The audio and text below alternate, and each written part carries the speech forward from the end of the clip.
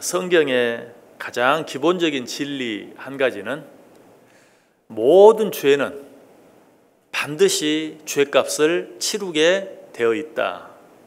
좀 더 심하게는 죄인은 반드시 죽어야 한다라는 것입니다. 그래서 하나님께서 처음 선악과를 만들어 놓고 그 선악과를 따 먹는 자는 어떻게 된다? 정령 죽으리라 라고 이야기하고 있어요.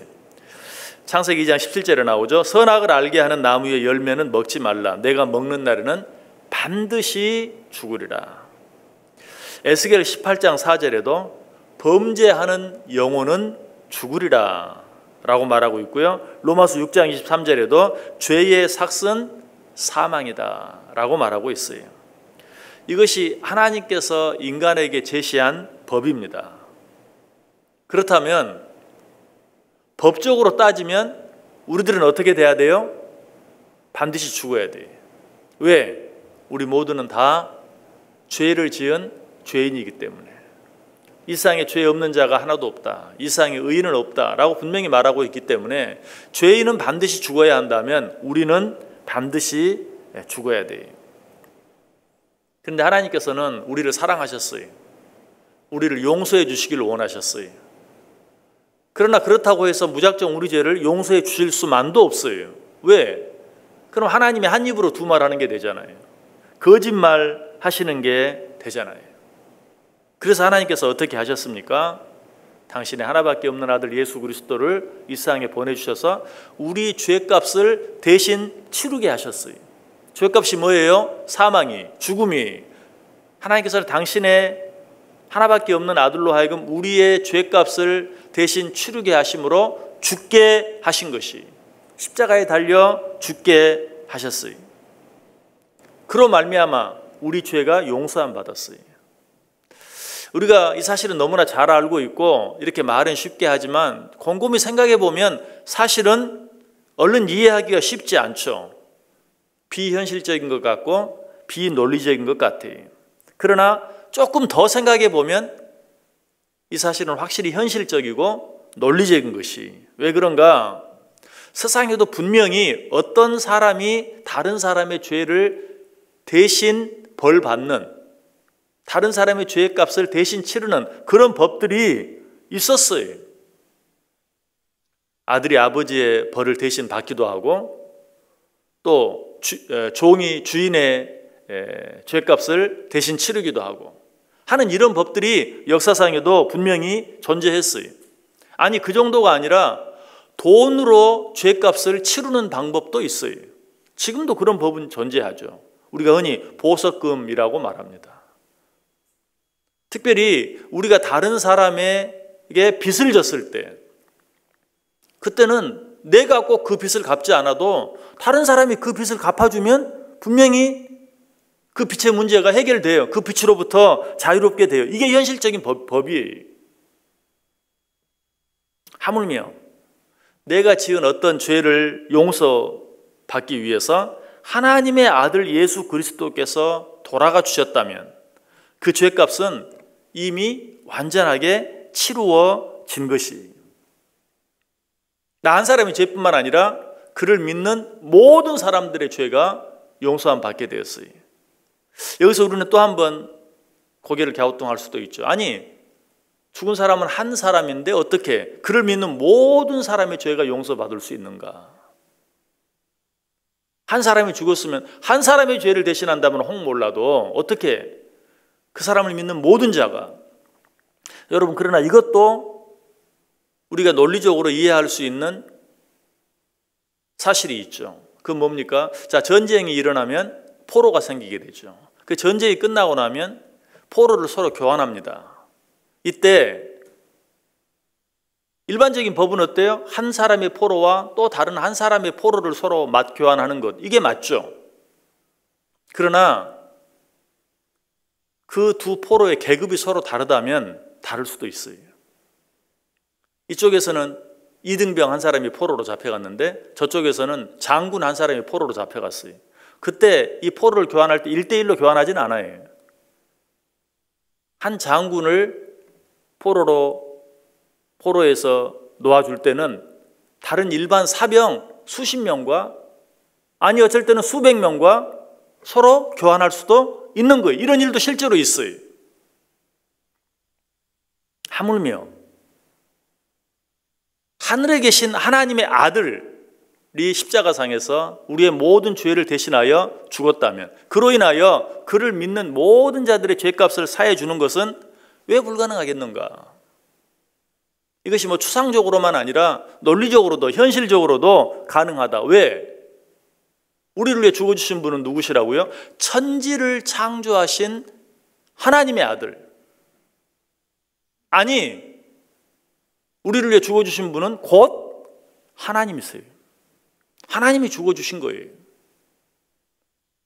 그렇기 때문에 그 한 사람을 믿는 모든 자들의 죄가 용서함 받는 것, 그것은 전혀 지나친 것이 아니다.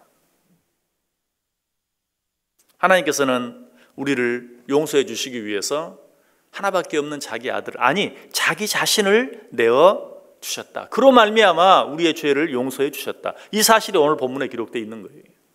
10절 보세요.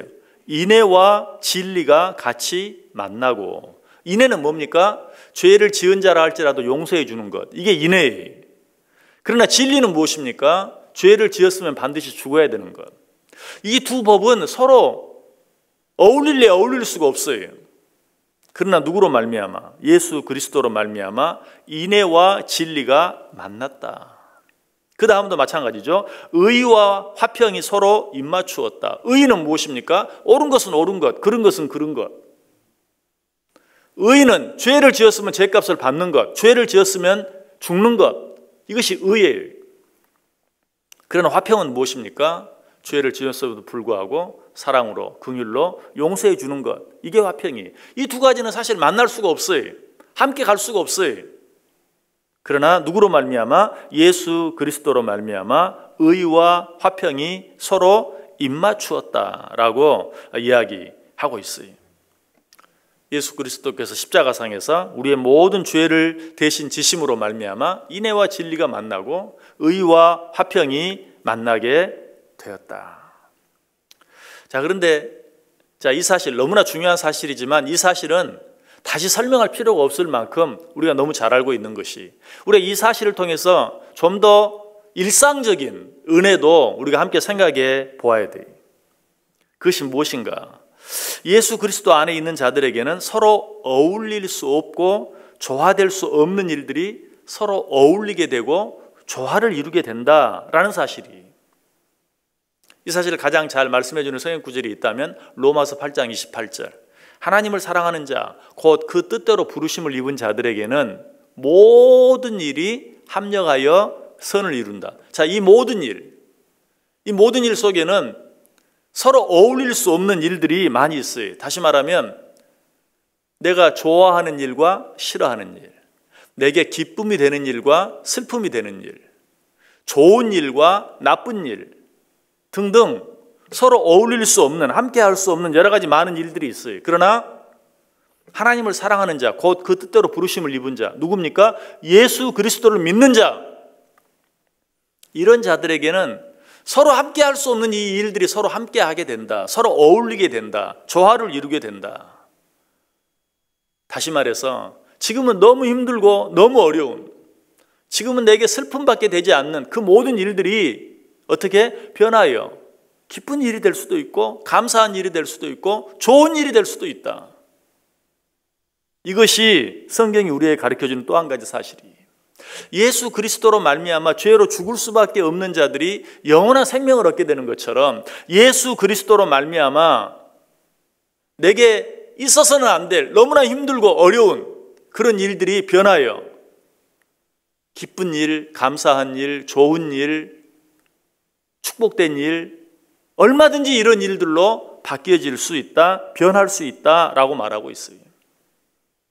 인애와 진리가 예수 그리스도 안에 서로 만난 것처럼, 의와 화평이 예수 그리스도 안에 서로 입맞추게 된 것처럼, 내게 있는 너무나 힘들고 어려운 일들이 예수 그리스도로 말미암아 좋은 일이 되어질 수 있다. 그 모든 것들이 합력하여 선을 이루게 되어진다. 이런 기적적인 화해의 모습이 11절은 어떻게 표현되어 있어요? 진리는 땅에서 솟아나고 의는 하늘에서 굽어보도다. 진리와 의가 서로 만나게 되어지는 그러한 일들을 또 우리에게 말씀해 주고 있어요. 오늘 하루뿐만 아니라 우리의 인생 전체를 통하여 이런 기적적인 화해가 우리 속에 날마다 일어날 수 있게 되기를 원해요. 죄로 인한 억눌림과 고통이 예수 그리스도로 인해 죄 사함과 구원의 기쁨으로 바뀌어지는, 아니 이 둘이 서로 만나는 뿐만 아니라 내가 바라지 않고 원하지 않았던 여러 가지 일들이 내 안에 계시는 예수 그리스도로 인하여 내게 유익이 되고 기쁨이 되는, 이 둘이 서로 만나게 되어지는. 우리는 지금 코로나19로 인해서 너무 힘들고 어려운 가운데 있습니다. 이 일과 우리의 기쁨, 우리의 평안, 우리의 축복, 우리의 안식, 우리의 자유, 이런 것과 코로나19는 너무 어울리지 않아요. 서로 만날 수 없는 코로나19와 자유, 코로나19와 평화, 코로나19와 건강, 도무지 어울리지 않아요. 함께 있을 수 없어요. 그러나 예수 그리스도 안에서는 이것까지도 서로 만날 수 있다. 어울릴 수 있다. 함께 할 수 있다. 인애와 진리가 만나고 의와 화평이 만날 수 있는 거예요. 이런 일들이 누구로 말미암아? 우리가 믿는 예수 그리스도로 말미암아 저와 여러분 속에, 우리 가정 안에, 우리 나라 안에, 이 세상 안에 넘칠 수 있게 되기를 주님의 이름으로 간절히 축원합니다.